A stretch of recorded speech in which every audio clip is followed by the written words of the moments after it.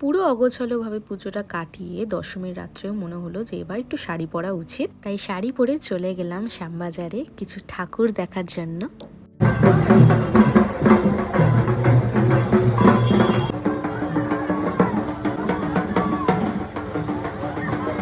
যতই দশমী আসুক না কেন, মনে প্রাণে তো বাঙালি।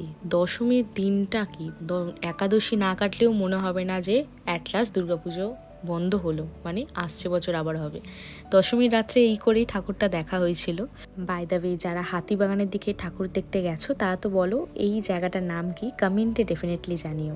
অলিগলিতে অনেক ফটো তুললাম অ্যান্ড অনেক স্মৃতি জড়িয়ে দিনটা শেষ হলো বিরিয়ানির সাথে, যেটা ঠিকভাবে খেতেও পারিনি কারণ অনেক রাত হয়ে গেছিলো।